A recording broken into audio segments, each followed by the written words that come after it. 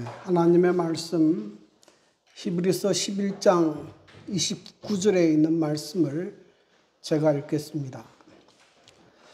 믿음으로 그들은 홍해를 육지같이 건넜으나 애굽 사람들은 이것을 시험하다가 빠져 죽었으며. 존경하는 성도 여러분, 주님 은혜 가운데 평안하셨습니까? 오늘 복되고 거룩한 안식일에 성도 여러분들을 뵙게 되고 또 하나님의 말씀으로 은혜를 나누게 된 것을 매우 기쁘게 생각합니다. 오늘 저는 믿음으로 홍해를 건넌 침례라는 제목으로 은혜를 나누고자 합니다. 오늘 특별히 오랫동안 결석하다가 오신 우리 최윤현 성도님 환영합니다. 아주 열심히 나오셨는데 갑자기 결석을 하시더니 오늘 또 나오게 됐습니다. 우리 지한선 집사님, 또 우리 금년 성도님, 우리 윤용일 장로님 지난 안식일에 못 뵀는데 오늘 뵙게 돼서 반갑습니다. 5월은 계절의 이양입니다. 그래서 밖에 나가면 아름다운 꽃들이 만발하게 피어 있습니다. 그래서 오늘은 도종환 시인이 쓴 흔들리며 피는 꽃이라는 시를 제가 먼저 읽어드리겠습니다. 흔들리지 않고 피는 꽃이 어디 있으랴. 이 세상 그 어떤 아름다운 꽃들도 다 흔들리면서 피었나니 흔들리면서 줄기를 곧게 세웠나니 흔들리지 않고 가는 사랑이 어디 있으랴. 젖지 않고 피는 꽃이 어디 있으랴. 이 세상 그 어떤 빛나는 꽃들도 다 젖으며 피었나니 바람과 비에 젖으며 꽃잎 따뜻하게 피었나니 젖지 않고 가는 삶이 어디 있으랴. 참 아름다운 시죠. 이 시는 꽃을 비유로 해서 모든 인생에게는 고난과 시험이 있음을 암시하고 있습니다.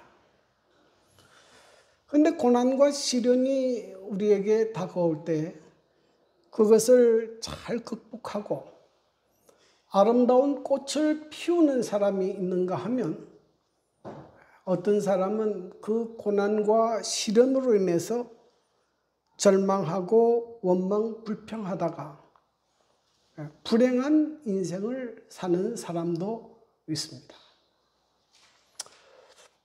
오늘 저는 인생의 위기를 직면하게 될 때 우리가 어떻게 위기를 맞이해야 되는가, 이런 주제들로 좀 말씀을 드리고자 합니다. 이스라엘 역사에서 가장 중요하고도 위대하게 여겨지는 이적은 하나님께서 홍해를 가르시고 이스라엘 백성을 구원한 사건입니다. 하나님께서 하나님의 권능과 그의 위대하심을 상기시킬 필요가 있을 때마다 하나님께서는 홍해에서 그들을 위하여 행하신 일을 언급하고 있습니다. 이사야 51장 15절 나는 내 하나님 여호와라.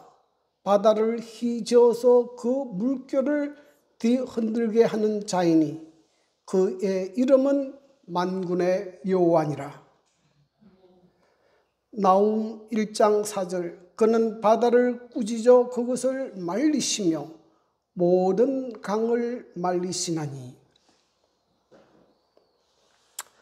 또 하나님께서 하나님의 백성과 언약을 맺으실 때에도 이 출애굽 사건을 인용하십니다.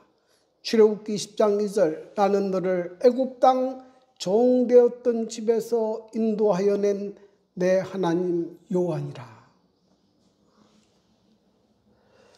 이스라엘의 원수인 이방 민족들이 이스라엘의 하나님에 대하여 깊은 공포심을 가지게 된 사건도 바로 이 사건 때문입니다. 여호수아 2장 10절 11절에 보면 이 가나안의 여인 기생 라합이 이런 말을 합니다. 이는 너희가 애굽에서 나올 때에 여호와께서 너희 앞에서 홍해를 마르게 하신 일과 우리가 듣자 곧 마음이 녹았고 너희로 말미암아 사람이 정신을 잃었나니 너희의 하나님 여호와는 위로는 하늘에서도 아래로는 땅에서도 하나님이시니라. 이처럼 하나님께서 이스라엘을 홍해에서 구원한 사건은 이스라엘 민족뿐만 아니라 주변에 있는 이방 민족들에게도 큰 감명을 끼치는 그런 사건이었습니다.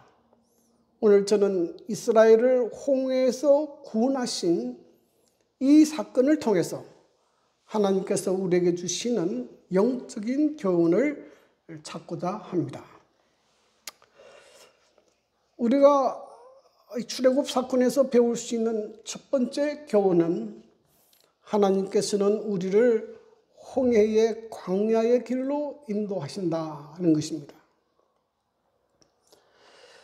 여러분, 애굽에 10번째 재앙이 내리고 애굽의 모든 장자와 초태생의 짐승이 죽임을 당한 이후에 마침내 바로는 이스라엘 백성에게 출애굽하도록 허락하는 것을 볼 수가 있습니다. 출애굽기 12장 31절 32절 밤에 바로가 모세와 아론을 불러서 이르되 너희와 이스라엘 자손은 일어나 내 백성 가운데서 떠나 너희 말대로 가서 여호와를 섬기며 했습니다. 그것도 이스라엘 백성의 숫자가 얼마인가 하면은 장정만 60만이고 수많은 잡족과 양과 소와 심히 많은 가축이 그들과 함께 하였다고 기록하고 있습니다. 그러니까 장정만 60만이기 때문에 거기에 어린 아이들 또 여인들 또 노인들 이렇게 포함하면 적어도 200만 명은 훨씬 넘을 것이다. 그리고 이 수다한 수많은 잡족들도 함께 나왔다 그랬습니다. 이 중에는 이스라엘의 하나님의 위대하신 권능을 보고 하나님을 믿기 위해서 나온 사람들도 있는 반면에 애굽에 내린 재앙을 피하기 위해서 나온 사람도 있고 또 호기심에 나오는 사람도 있었습니다. 이 많은 이 잡족들이 이스라엘 백성이 광야에 있을 때에 시험에 빠뜨리는 많은 올목거리를 제공하게 됐습니다. 자, 그래서 하나님께서 이스라엘 백성이 이제 애굽에서 나오는데 하나님께서 그들을 어디로 인도하셨는가 하면 홍해의 광야길로 인도하셨다 그랬습니다. 여러분, 이스라엘 백성이 애굽에서 가나안 땅으로 갈 수 있는 길이 두 가지 길이 있었습니다. 하나는 블레셋 길이 있었어요. 이 블레셋은 지중해 해안을 따라서 이렇게 가는 길인데 이 길로 가면 불과 열흘이면 가나안 땅으로 들어갈 수 있었습니다. 그런데 이 길의 문제점은 이 길에 이집트 군사의 요새들이 있고 또 강력한 블레셋 민족들이 자리를 잡고 있어서 전쟁에 휘말릴 위험이 있었습니다. 왜냐하면 당시에 이스라엘 백성들은 전쟁을 할 아무런 준비가 되어 있지 않아요. 무기도 없었고 지휘체계도 없었고 또 아이들과 여성들이 있고 수많은 가축들이 있고 그래서 전쟁을 보면 이제 전쟁을 못하겠다. 그래서 다시 애굽으로 돌아갈 가능성이 있다. 그리고 또 하나의 길은 홍해의 강약길입니다. 이것은 이집트 동부 쪽으로 해서 저기 이 시내산으로 향하는 이 광야길인데요. 거의 사막으로 이루어져 있습니다. 이 길은 굉장히 어렵고 힘든 길이고 또 오랜 시간이 걸리는 길입니다. 그런데 하나님께서 어디로 그들을 인도하셨는가 하면 홍해의 강약길로 인도하셨다 그랬습니다.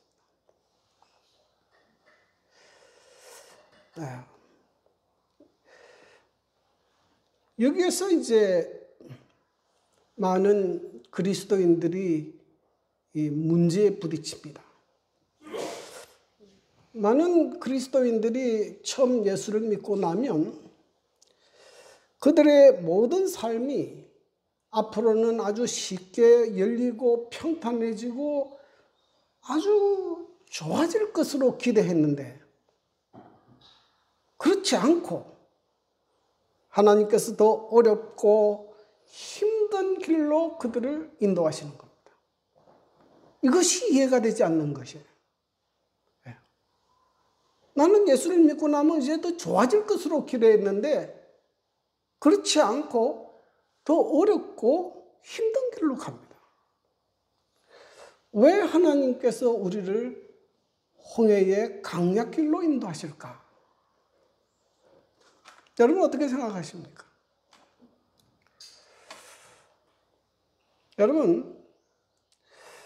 여러분은 기도를 언제 많이 하십니까? 어렵고 힘들 때 기도를 많이 하십니까? 아니면 평안하고 형통하고 행복할 때 기도를 많이 하십니까?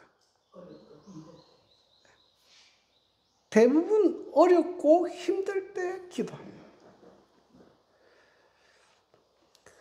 여러분, 하나님께서 우리를 홍해의 강약길로 인도하시는 것은 이 광야길을 통해서 하나님을 의지하고 하나님께 대한 믿음을 배우고 하나님의 백성이 되도록 훈련하도록 하기 위해서 하나님께서는 우리를 홍해의 광야길로 인도하십니다. 여러분, 이 길은 하나님을 의지하지 않고는 살아갈 수 없는 길입니다. 사막은 낮에는 뜨겁고 밤에는 춥고 물도 없고 나무도 없고 어떻게 살겠습니까? 그들이 전적으로 하나님을 의지하고 하나님을 신뢰해야만 그 광야를 통과할 수 있어요. 그래서 하나님께서는 이 이스라엘 백성을 홍해 강약길로 인도하셨어요. 여러분, 이 홍해 강약길이 굉장히 고통스러운 길이지만은 여러분, 이 강야의 길이 성경에는 하나님께서 우리에게 복을 주시는 길이라 이렇게 이야기합니다. 신명기 8장 15절 너를 인도하여 그 광대하고 위험한 광야 곧 불뱀과 정갈이 있고 물이 없는 건조한 땅을 지나게 하셨으며 또 너를 위하여 단단한 반석에서 물을 내셨으며 내 조상들도 알지 못하던 만나를 광야에서 내게 먹이셨나니 이는 다 너를 낮추시며 너를 시험하사 마침내 내게 뭐함이라? 복을 주시려 합니다. 이게 하나님께서 홍해 광야길로 인도하신 이유예요. 여러분, 하나님께서는 먼저 하나님의 백성들이 하나님께서 주시는 복을 받을 만한 사람으로 훈련시킨 다음에 그 다음에 하나님께서 복을 주시는 것이지 아무런 복을 받을 만한 준비가 되지 않는 사람에게 복을 주시지 않아요.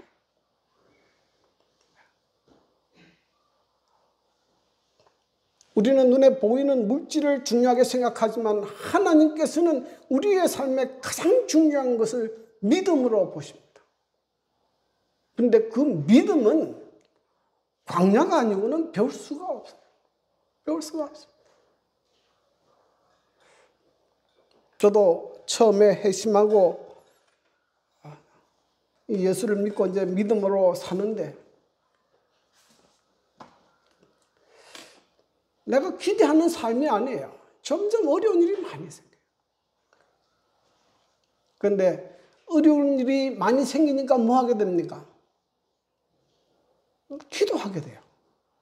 무릎을 꿇지 않고는 이 길은 갈 수가 없어요.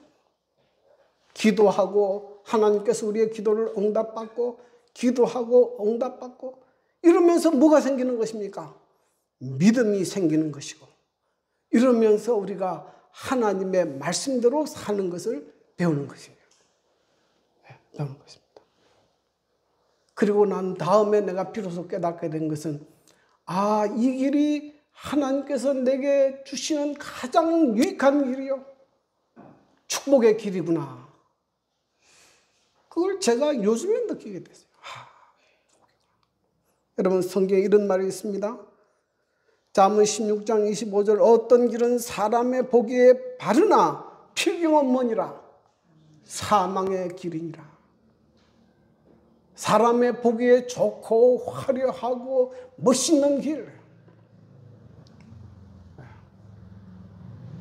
제가 뭘 비하하거나 그런 것은 아니지만은 요즘에 우리나라를 그렇게 표현하지 않습니까? 트로트 공화국 그렇게 하잖아요. 사람들이 트로트에 완전히 빠졌습니다. 어릴 때부터 트로트 가수가 되겠다. 뭐 때문에 그렇게 합니까? 돈 버는 거 보고 그래. 돈 버는 거 보고. 그 몇 사람이 돈 버는 걸 보고 다 그냥 미쳐서 그쪽으로 가는 거예요. 그러다가 다 패망해요. 많은 사람들이 그렇게 자기 눈에 좋은 길로, 화려한 길로 가다가 그러다가 나중에는 멸망으로 끝나는 것입니다. 하나님께서 우리에게 가라고 명령하는 그 길은 좁은 길이고 어렵고 힘든 길이지만 그 길이 생명의 길이고 그 길이 우리에게 축복을 가져다 주는 참 생명의 길입니다. 그러므로 여러분 하나님께서 우리를 홍해의 광야길로 인도하신다고 불평하지 마시기를 바랍니다. 이 성경에 보면 이 백성들이 길로 인해서 많이 불평했어요. 너무 어렵고 힘들다고. 그러나 여러분 이 과정을 통과해야 여러분 하나님께서 우리에게 주시는 축복을 받을 만한 사람으로 변화된다는 사실을 잊지 말기를 바랍니다. 두 번째로 하나님께서 우리에게 주시는 중요한 교훈은 위기의 순간에도 하나님을 신뢰하라 하는 것입니다. 이스라엘 백성이 이제 애굽 홍해 광야길로 나왔을 때에는 이제 그들의 앞을 구름 기둥이 인도하고 있습니다. 그래서 이스라엘 백성은 구름 기둥을 따라서 가는데 그들이 마지막 도착한 곳이 어디인가 하면은 홍해 앞에 있는 막다른 길입니다. 앞에는 홍해가 있고 한쪽에는 높은 산이 있고 한쪽에는 사막이 있고 뒤쪽에는 그들이 온 광야가 있습니다. 갈 곳이 없는 막다른 골목으로 지금 이스라엘 백성은 갇히게 된 것입니다. 그래서 이 소식을 듣고 애굽의 바로가 이제는 다시 이스라엘 백성을 잡아서 노예로 만들기 위해서 그들을 추격하기 시작합니다. 앞에는 홍해가 있고 양쪽 옆도 가로막혀 있고 뒤에는 애국 군대가 추격해오고 있고 이런 상황이 됐을 때에 모세는 이스라엘 백성은 절망합니다. 그리고 이렇게 부르짖습니다.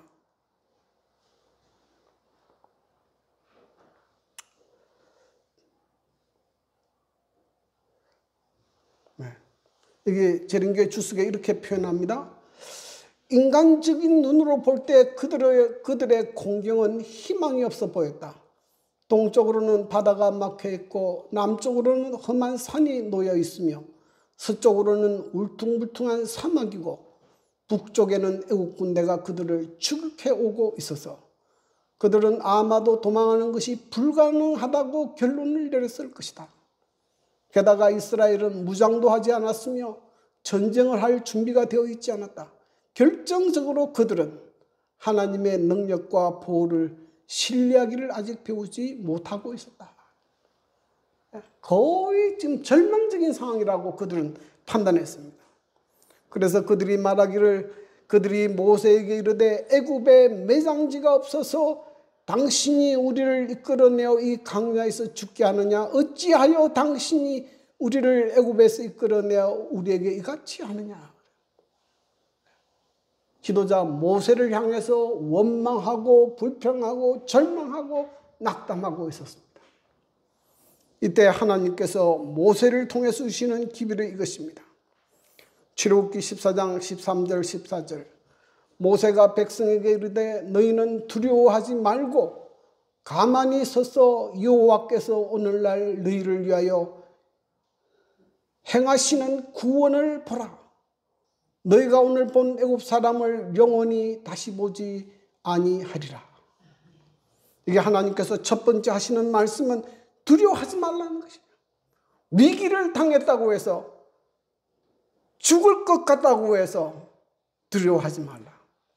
왜냐하면 하나님께서 우리와 함께 계시겠다고 약속하셨기 때문입니다.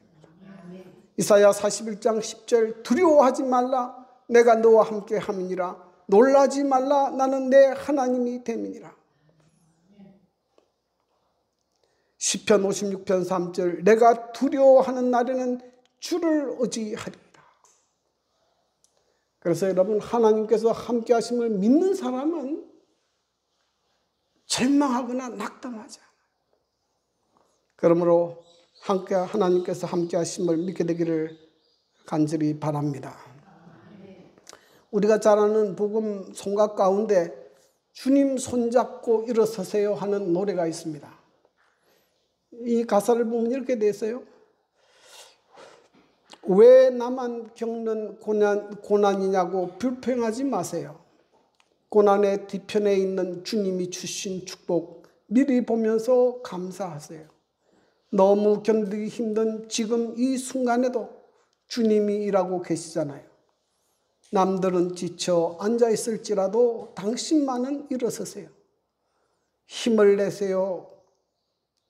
힘을 내세요. 주님이 손잡고 계시잖아요. 주님이 나와 함께 함을 믿는다면 어떤 역경도 이길 수 있잖아요. 하나님께서 함께 함을 믿는다면 어떤 역경도 이길 수 있습니다. 두 번째로 하나님께서 주시는 메시지는 가만히 서서 그랬어요. 이 뜻은 그냥 가만히 서 있으라 그 뜻이 아닙니다. 그 뜻은 자기 힘으로 문제를 해결하려고 하지 말라는 것이에요.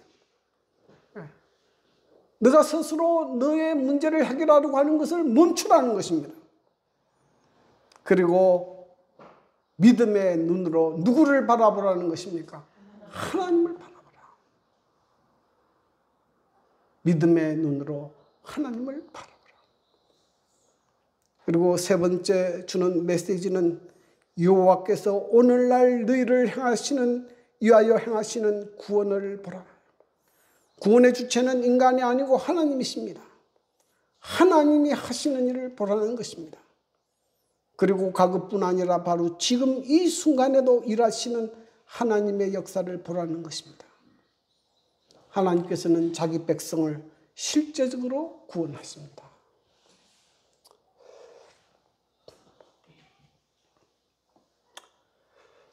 여기 오늘 치료봉사 481페이지 이런 말씀이 있죠.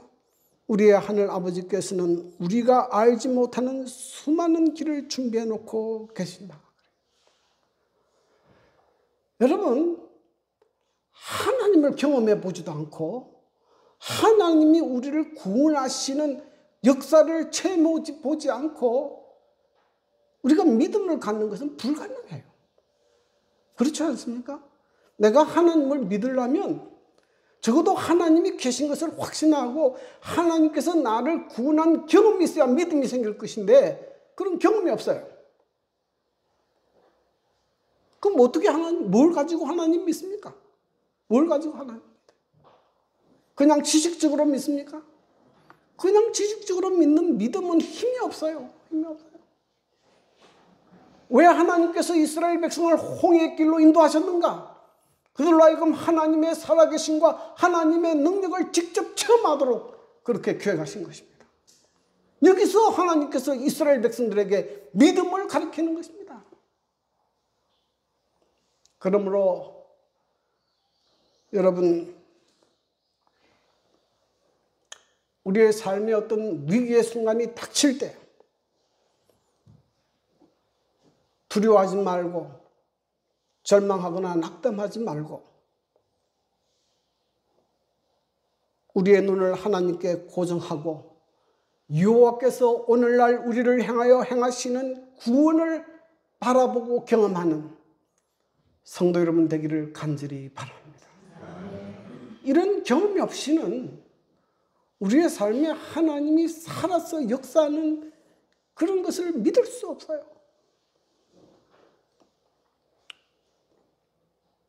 세 번째, 하나님께서 우리에게 주시는 명령은 믿음으로 전진하라 하는 것입니다. 출애굽기 14장 15절 16절 여호와께서 모세에게 이르시되 너는 어찌하여 내게 부르짖느냐 이스라엘 자손에게 명령하여 앞으로 나아가게 하고 지팡이를 들고 손을 바다 위로 내밀어 그것으로 갈라지게 하라. 하나님께서는 우리가 마음으로 하나님을 신뢰하고 하나님께서 하시는 구원을 보는 것뿐만 아니라 믿음으로 행동하기를 요구하십니다. 하나님께서 말씀하시기를 명령하여 앞으로 나아가게 하라 그랬어요.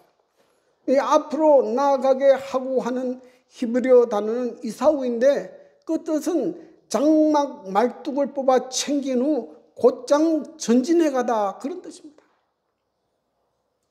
그러니까 아직 홍해 바다가 갈라지지 않았는데도 불구하고 홍해 바다 쪽으로 발길을 올려서 나가라는 것이에요. 참 놀라운 명령 아닙니까? 홍해 바다로 들어가라는 거.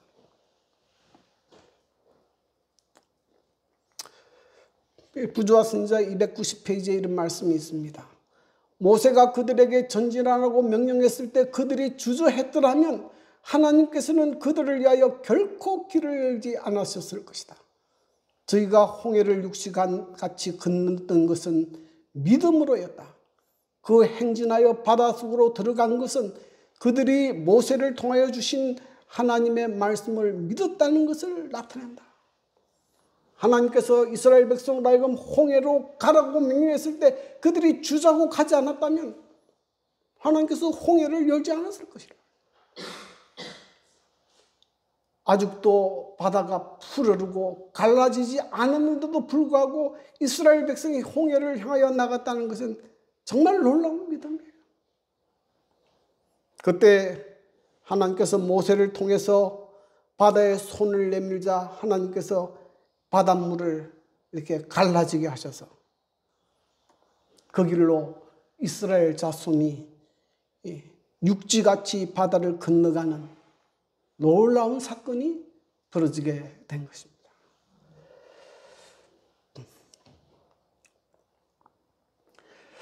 그래서 우리 앞에 장애물이 제거되지 않아도 믿음으로 전진하는 것이 필요합니다. 필요합니다. 이 경북대 의대에 다니던 한지만 군은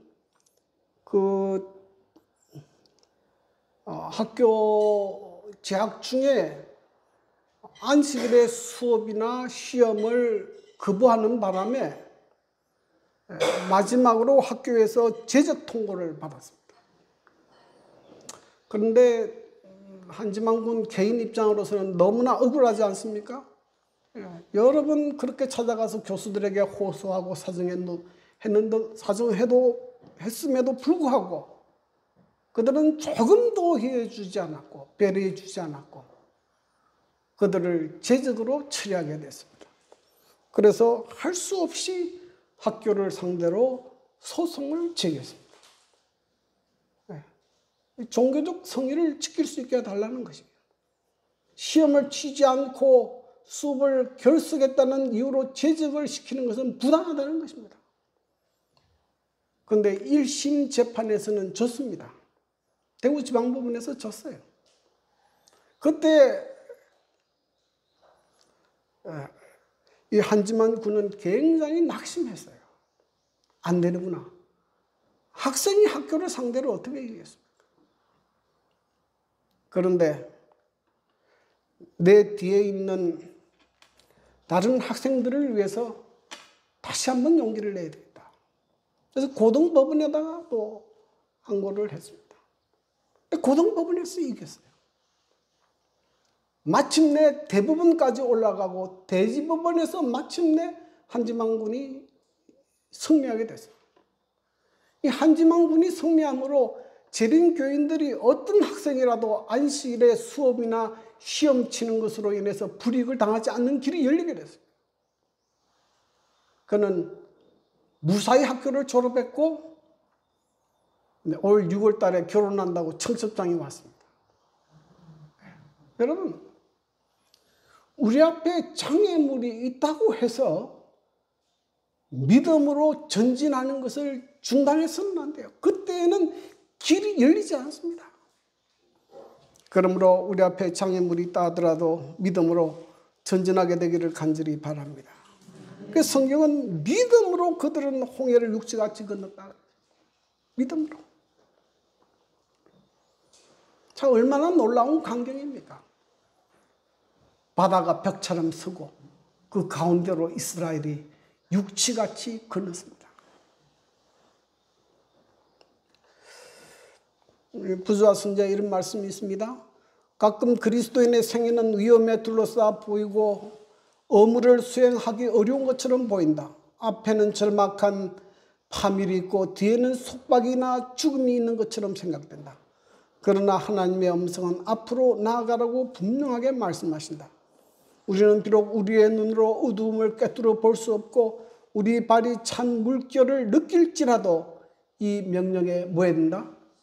순종해야 한다. 물결이 갈라지지 않았어요. 여전히 난간은 있습니다. 그럼에도 불구하고 믿음으로 나갈 때 길이 열리게 되는 것을 경험하게 될 것이다. 그러죠.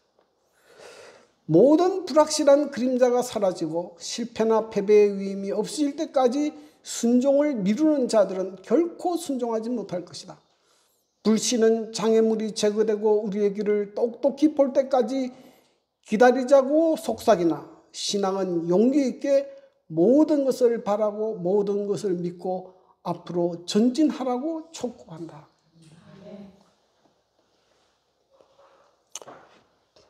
가끔 이런 이야기를 많이 들었어요. 가끔 어떤 그 사업을 하는 강원도에서 고냉지에 뭐 배추를 키우시는 우리 장로님인데 그 고냉지 배추기 때문에 그들은 그 밭대기로 그 배추를 팔고 사요.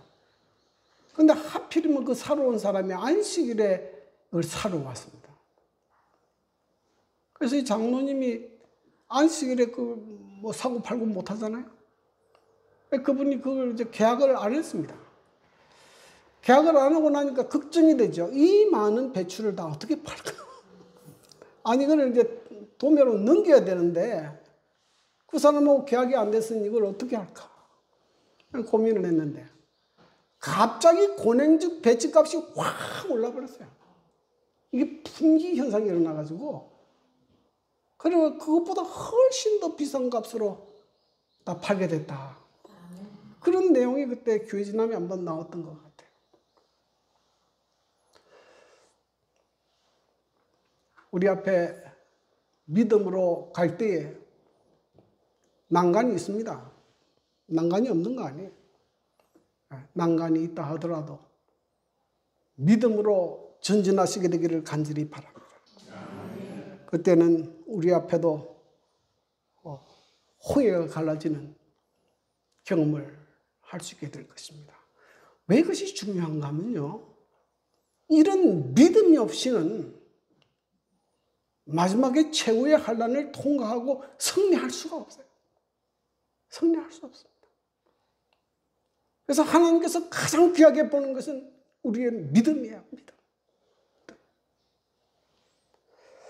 자, 그러나 이게 오늘 보니까 히브리 11장 29절 믿음으로 그들은 홍해를 육지같이 건넜으나 애굽 사람들은 이것을 시험하다가 빠져 죽었다. 애굽 사람들은 하나님 믿지 않았어요. 그 많은 재앙을 당하고도 하나님의 살아계신 거 하나님의 능력을 믿지 않았습니다. 뭐 우연히 그랬겠지. 아니면 뭐 자연 뭐 현상인가. 그 이스라엘 백성들 잡겠다고 이제 홍해바다로 뛰어들다가 물이 다시 덮이니까 다 빠져 죽었죠. 자, 이 사건은 그래서 굉장히 중요한 사건입니다. 자, 그런데 이 홍해가 뭘 상징하느냐 하는 것입니다. 이 홍해는 무엇을 상징하는가? 제가 한 30년 전에 1990년경에 이제 성지순례 가면서 이 홍해 바다를 봤는데요.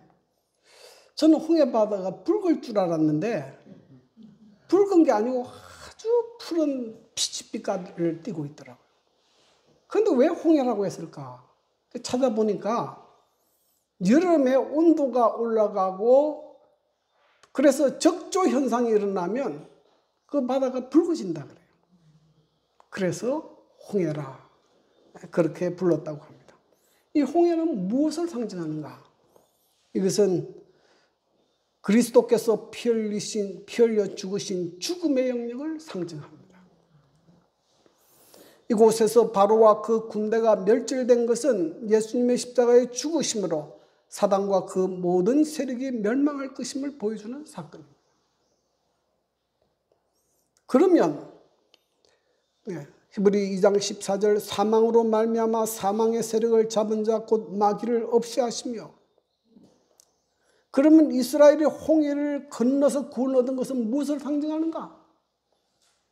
그건 전부 다 피 흘려 죽으신 그리스도의 죽음의 영역 속으로 들어갔다가 나오는 거 아닙니까? 그걸 성경은 이렇게 설명합니다. 고린도전서 10장 1절 1절 형제들아 나는 너희가 알지 못하기를 원하지 아니하노니 우리 조상들이 다 구름 아래 있고 바다 가운데 지나며 모세에게 속하여 다 구름과 바다에서 뭘 받고?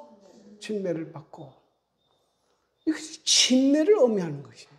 신약에 와서는. 이 침례는 세 가지 의미가 있습니다. 그것은 우리의 옛사람이 십자가에 예수님과 함께 죽고 장사 지내고 예수님의 새 생명으로 다시 태어나는 것을 말하는 것이에요. 그것이 침례입니다. 그런데 오늘날 많은 교회에서는 이게 세례를 행합니다. 세례는 뭐 하는 것이에요? 물을 뿌리는 거예요. 물방울을 몇 개 똑똑 떨리는 거예요. 그것이 어떻게 시작됐는가 하고 찾아보니까 약 4세기부터 5세기경에서 천주교에서 시작한 유아 세례, 유아들한테 세례 주는 것이 보편화되면서 이게 바뀌어버렸다. 그 세례라는 뜻은 죄를 씻는다는 뜻이지 그것은 우리의 옛사람이 죽고 장사 지내고 부활하는 의미가 없어요. 그래서 저희 교회에서는 침례를 행합니다. 여러분 침례는 굉장히 중요합니다. 여러분 이스라엘 백성이 6월절 예식을 행하고 난 다음에 홍해를 건넌 다음에 비로소 자유인이 됐습니다. 마찬가지로 우리가 예수를 믿을 뿐만 아니라 침례를 받은 이후에 비로소 하나님의 백성이 되는 것입니다. 그러므로 성경은 우리에게 이렇게 말합니다. 마가복음 16장 16절 믿고 침례를 받은 사람은 구원을 얻을 것이요 믿지 않는 사람은 정죄를 받으리라. 그래서 예수를 개인의 구주로 영접하는 사람, 하나님의 백성이 되기로 결심하는 사람은 침례를 받도록 권면합니다. 침례를 받는 것은 굉장히 중요한 의미가 있습니다. 하나님께서는 당신의 백성을 인도하실 때 홍해의 광야길로 인도하십니다. 이 길을 통하여 우리의 믿음을 훈련하고 하나님의 백성으로 어떻게 살아야 할지를 훈련하십니다. 그리고 마침내 복을 주십니다. 그러므로 홍해의 강약길로 인도하실 때 불평하지 말고 믿음으로 잘 통과하게 되기를 바랍니다.